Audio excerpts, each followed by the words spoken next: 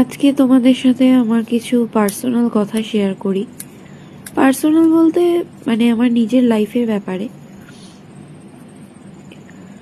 Actually দেখতেই পাচ্ছ আমি এখানে একটুখানি শসা পেঁয়াজ এইসব কুচিয়ে নিচ্ছি। লাস্ট দুদিন ধরে আমি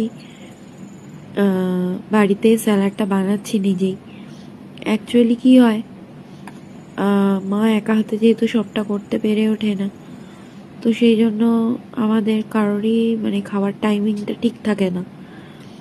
আর সবচেয়ে বড় কথা হচ্ছে বাবা মা দুজনেরই যেহেতু বয়স হয়েছে, আর আমারও যেহেতু মেনলি ডাইজেস্টিভ সিস্টেম রিলেটেড প্রচুর ইস্যুস, মেনলি ডাইজেস্টিভ সিস্টেমেরই প্রবলেম, তো সেই জন্য আমিও মানে বেসিক্যালি ডক্টরও বলেছেন আর আমিও টাইমের মধ্যে খাওয়া দাওয়াটা করে নিতে চাই, বিকজ এটা তো হেলদি লাইফস্টাইলের জন্য খুবই দরকার। কিন্তু মা সবার জন্য করতে গিয়ে আর তার উপরে পেরে ওঠে না, তো আমি আজ দুদিন ধরে স্যালাডটা বানিয়ে নিচ্ছি। কারণ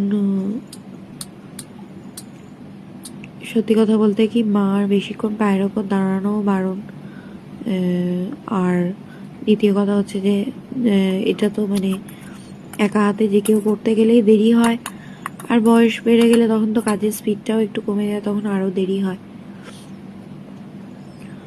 তো সেই জন্য ভাবলাম যে একটু হেল্প করে দিই।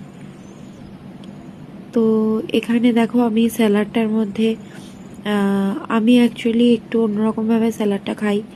আমি শসা টসাগুলোকে একটু মানে কুচাই না, একটু ঘষে নিই, গ্রেট করে নিয়ে শসা পেঁয়াজ আর টমেটোটা আমি কুচিয়ে নিই।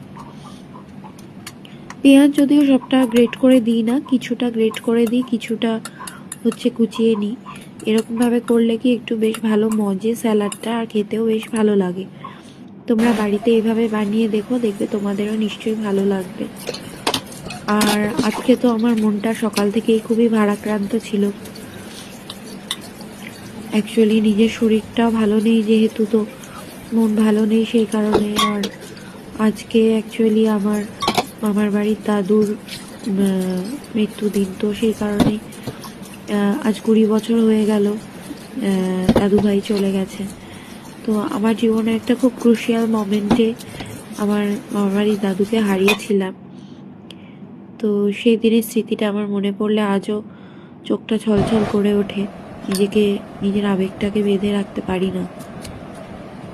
তো যাই হোক, এখানে দেখো সকালবেলা তো আমি আজকে চলে গেছিলাম, বলছিলাম যে শরীর খারাপ, তাই